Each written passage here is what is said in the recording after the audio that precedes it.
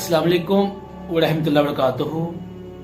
कुछ दिन पहले एक वीडियो अपलोड की गई जिसके अंदर मैंने ये बताया था कि बंदा किसी की जात के साथ कोई नेकी करे ना, उसका ज़रफ, उसकी औकात, उसका लेवल, उसका मेयार देख कर नेकी करे कि आया कि वो बंदा इस काबिल है कि उसकी जात के साथ कोई नेकी की जाए।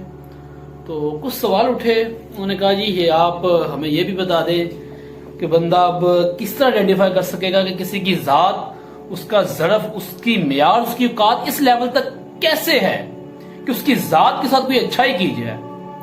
तो बेसिकली बात यह है कि आदतें नस्लों का पता देती है कि किसी बंदे की जो आदत होती है ना, उसकी नस्ल, उसके ज़रफ, उसकी औकात को बता देती है। इस पे एक मुझे वाकया याद आ गया कि एक बादशाह था, उसके घोड़ों को जो रखवाली करने वाला था वो इंतकाल कर गया। तो बादशाह ने एक लड़के को एक ड्यूटी पे तैनात किया जो उसके घोड़ों की रखवाली करे और इसके साथ साथ उनकी खिदमत करे, उन्हें पाले, उन्हें घास वगैरह दे, उन्हें चराए। तो खैर कुछ दिन गुजरे हैं, बादशाह ने उस बंदे को, उस लड़के को अपनी खिदमत में हाजिर किया और अपने सबसे कीमती और अच्छे घोड़े के मुतालिक दरियाफ्त किया कि मुझे ये बताओ कि इस घोड़े के मुतालिक मुझे कुछ बताओ। तो बंदा कहता है कि बादशाह सलामत, बात यह है कि आपका घोड़ा ठीक है, बिल्कुल उसके खदोखाल भी ठीक है, उसका चाल चलन भी ठीक है, लेकिन एक बात है कि वो घोड़ा नस्ली नहीं है।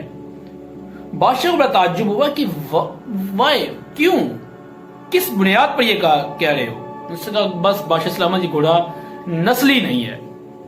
तो खैर बादशाह ने जंगल से उस आदमी को बुलवाया जिससे वो घोड़ा खरीदा था, उससे पूछा कि बताओ यार ये घोड़ा नस्ली नहीं है। उसने कहा कि हजूर वाला बात यह है कि जब इस घोड़े की पैदाइश का वक्त था ना, तो इसकी माँ का इंतकाल हो गया, वो मर गई। तो घोड़ा गायें भैंसों के साथ भरा हुआ है, जब गायें भैंसों खाना खाती थी तो उनके साथ ही चारा चढ़ता था। तो बादशाह सलामत ने उस लड़के को बुलाया, उससे पूछा कि यार तुम्हें कैसे इल्म हुआ कि घोड़ा नस्ली नहीं है। उसने कहा हजूर वाला बात यह है कि जब इसे चारा डाला जाता था तो ये इस तरह चारा मुंह में लेकर चढ़ता था, जबकि घोड़े की फितरत होती चारा मुंह में डालकर इस तरह सर ऊपर करके खाता है। तो मुझे समझ लगी ये घोड़ा नस्ली नहीं है।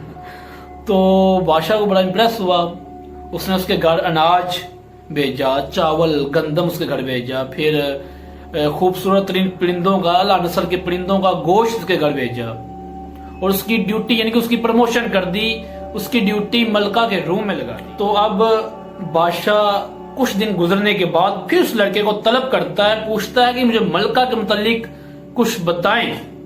वो कहता है हजूर वाला बात यह है कि मलका तो है पर वो असलन नस्लन शहजादी नहीं है। बादशाह को बड़ा ताज्जुब हो, उसके तो पांव से जमीन निकल गई। उसने कहा कैसे यार। उसने खैर अपनी सास को बुलावा भेजा। जब उसकी सास आई तो दरियाफ्त किया मुझे मलका के मुतालिक बताओ, क्या ये असलन नस्लन शहजादी नहीं है।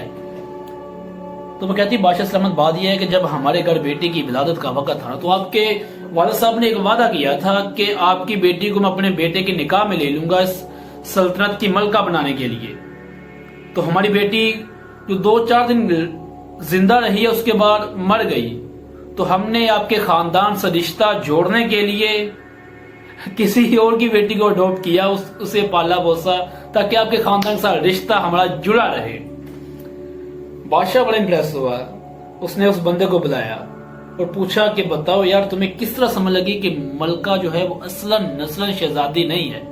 उसने कहा हजूर वाला जो इसका चाल चलन है, इसका अपने मातहतों से बात करने का अंदाज जो है, इनका जो अपने मुलाजमों से गुफ्तगू करने का अंदाज, उन्हें बुलाने का जो तरीका है ना, वो किसी शहजादी का नहीं है।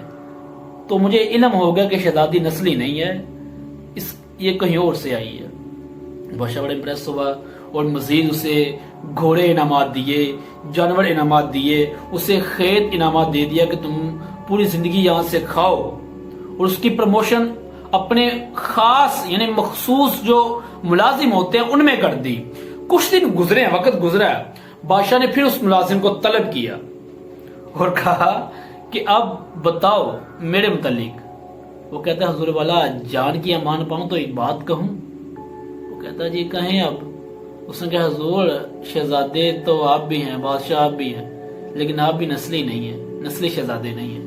बादशाह को बड़ा गुस्सा आया इस बात पे। خیر جب وہ جان کی امان دے چکا تھا تو بادشاہ اپنی ماں کے پاس پہنچا اور اپنی ماں سے دریافت کیا، ماں جی مجھے بتائیں کیا میں نسلاً شہزادہ نہیں ہوں؟ اس کی ماں نے کہا کہ بچے بات یہ ہے کہ میں اور تمہارے باپ بانجھ تھے، اولاد کو پیدا کرنے کی سکت نہیں رکھتے تھے، تو ہم نے اپنی نسل کو آگے بڑھانے کے لیے تمہیں ایک چرواہے سے اڈاپٹ کیا۔ بادشاہ پھر اس لڑکے کے پاس پہنچا، فرمایا کہ تم مجھے بتا کہ تجھے کیسے پتا چلا کہ میں نسلی شہزادہ نہیں ہوں؟ اس نے کہا حضور والا، بادشاہ کا چال چلن جو ہوتا ہے اس کا انداز ہی الگ ہوتا ہے۔